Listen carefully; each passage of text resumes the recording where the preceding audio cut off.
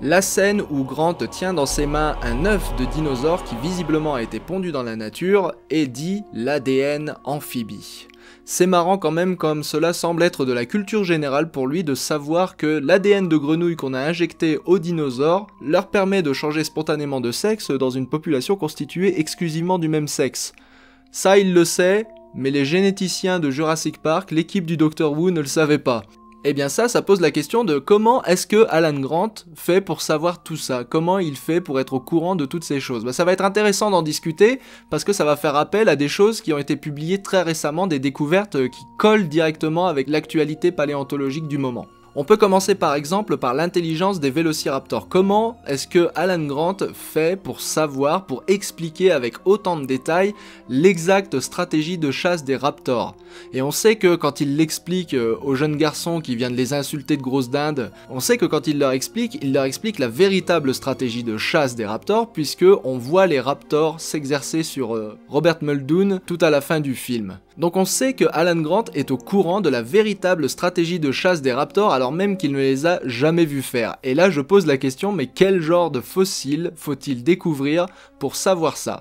La réponse est aucun. Il n'existe aucun moyen de le savoir. C'est pas que ce qu'il raconte est faux, c'est juste que c'est totalement indémontrable. Quel genre de fossile pourrait refléter un comportement aussi spécifique? Une stratégie de chasse avec autant de détails que ça et qu'en plus tous ces détails soient complètement justes. Quel genre de fossiles on peut découvrir? On a des empreintes de pas qui datent de quelques 10 000 ans, d'êtres humains qui poursuivaient un paresseux géant en Amérique du Nord. Tout ce que ces empreintes de pas nous indiquent, c'est qu'ils poursuivaient un paresseux géant. On a des fossiles de Smilodon, de Rancho La Brea, des fossiles de spécimens très âgés, des fossiles de spécimens qui étaient blessés mais qui ont quand même réussi à survivre. Au moins jusqu'à ce qu'ils fossilisent. Donc ces spécimens, ils ont des fractures qu'ils ont réparées, ou alors ils ont plus de dents du tout. Donc ils n'auraient pas pu se nourrir sans l'aide d'autres membres de la meute. Donc on peut dire que Smilodon, grâce à ça, vivait en meute, et donc possiblement chassait aussi en meute. Donc on a des indices qui permettent de dire si oui ou non des animaux pouvaient chasser en groupe. Ce ne sont que des indices, et j'en ai fait toute une vidéo, tout un débat complet sur le cas de Deinonychus dans une autre vidéo. Mais là, ce dont je veux parler, c'est que ce qu'il décrit pour Vélociraptor, il n'existe aucun fossile capable de le démontrer ou de le débunker. C'est-à-dire que les gens qui vous disent que c'est pas comme ça que chasser Vélociraptor, ils vous racontent des cracks. C'est pas possible de savoir. C'est là où je veux en venir, c'est que ce n'est pas possible de savoir à ce point-là. Et même en regardant le cerveau, et là je retombe sur l'actualité, il y a tout juste quelques semaines paraissait la première, je dis bien la première description du cerveau de Vélociraptor. Et encore, c'était pas le cerveau complet, c'était juste la partie qui entoure l'oreille interne. Donc on y voit très bien l'oreille interne, on y voit un petit peu le cervelet, mais on ne voit pas grand chose d'autre. Donc ça, c'était la première description du cerveau de Vélociraptor. Et tout ce qu'on peut y dire, c'est qu'il avait un gros lobe floculaire, et que du coup, ses yeux étaient probablement bien coordonnés avec ses mouvements. Donc il était probablement bon chasseur. Voilà, c'est la seule chose qu'on peut dire à partir de ce bout de cerveau de Vélociraptor.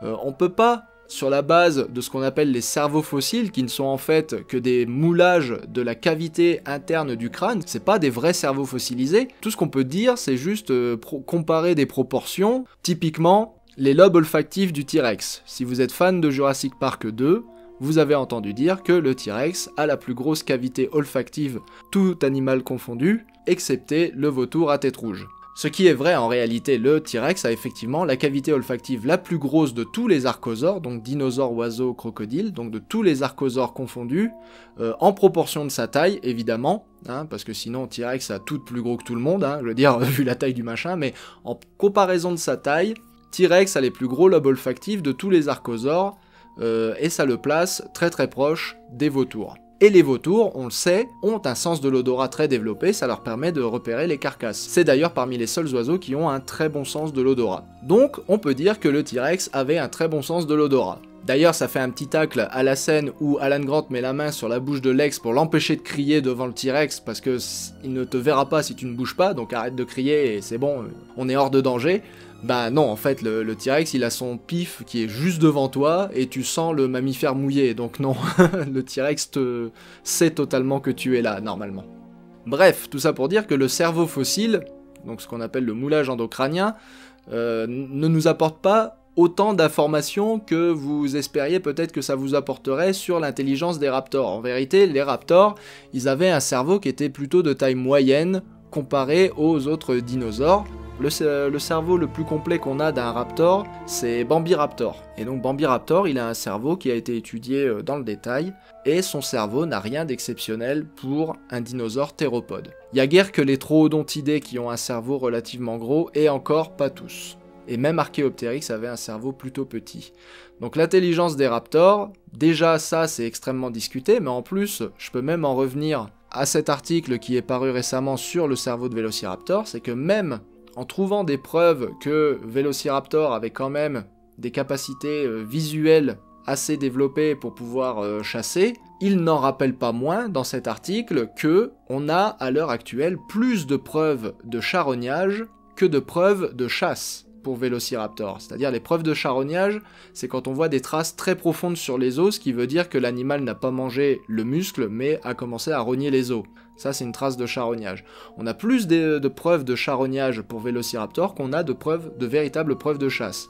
La seule véritable preuve de chasse qu'on a pour Vélociraptor, c'est la fameuse scène de combat entre le Vélociraptor et le Protoceratops. Donc, Vélociraptor, même dans les œuvres encore récentes aujourd'hui, on ne sait toujours pas s'il était chasseur ou charognard. Alors encore moins en 1993 être capable de dire exactement comment chasser Vélociraptor, avec quelle exacte stratégie il employait pour chasser. Par contre, ce qu'il y a d'intéressant dans cette scène, c'est qu'il dit cette phrase « Il t'ouvre peut-être le ventre qui déverse tes intestins ». Et ça, contrairement à la stratégie de chasse de Vélociraptor, ça c'est pas sorti de nulle part. Ouvrir le ventre pour déverser les intestins, c'est une véritable stratégie de chasse qui est employée par les varans de Komodo. Les varans de Komodo s'attaquent directement au ventre de leur proie, qui sont généralement des quadrupèdes, donc ça marche extrêmement bien. Et en ouvrant le ventre de la proie, en fait, la gravité fait le reste du travail et tue la proie. Et on reste toujours sur le cerveau, puisque Alan Grant est aussi au courant que Tyrannosaure ne peut voir que les objets qui bougent. Or, ça, c'est clairement quelque chose qui ne peut pas se voir non plus sur un cerveau fossile. Donc ça aussi, on se demande comment Alan Grant pourrait être au courant, puisqu'il n'existe aucun fossile qui pourrait démontrer cela. Il n'existe rien qui pourrait fossiliser, qui pourrait nous montrer cela, en fait. Donc il n'existe aucune preuve, ni de ça, ni de son contraire. Par contre, Alan Grant est surprenamment pas au courant de certaines choses qui pourtant fossilisent très bien. Et là, on va parler du Dilophosaure, donc encore une fois, on rebondit sur l'actualité avec la très récente publication d'une description complète de Dilophosaure qui a fait beaucoup parler d'elle sur les réseaux sociaux. Donc John Hammond nous dit dans la description du Dilophosaure, nous savons maintenant que le Dilophosaure est en réalité venimeux.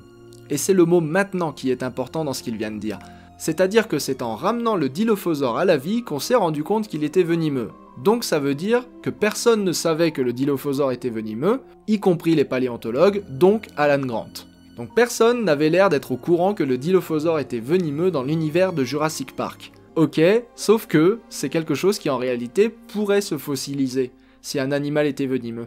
Parce que les animaux venimeux, et notamment les serpents qui sont capables de cracher du venin comme le fait le Dilophosaure, ils le font pas n'importe comment.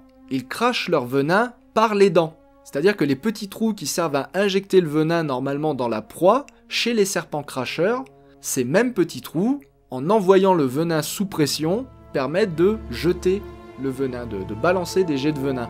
Et ça laisse des traces évidentes sur les dents. Ça laisse des petits tuyaux ou des petites encoches sur les dents qu'on a pu retrouver sur des dents fossilisées du Trias, donc comme par exemple celle d'Uachitodon, du Trias d'Amérique du Nord. Donc chez Uachitodon, on a des dents qui sont plus anciennes et qui ont juste une petite encoche sur le côté, et au fur et à mesure de l'évolution de cet animal, on voit les replis de cette encoche devenir une véritable gouttière, et cette gouttière ensuite continue de se replier sur elle-même pour devenir un tuyau.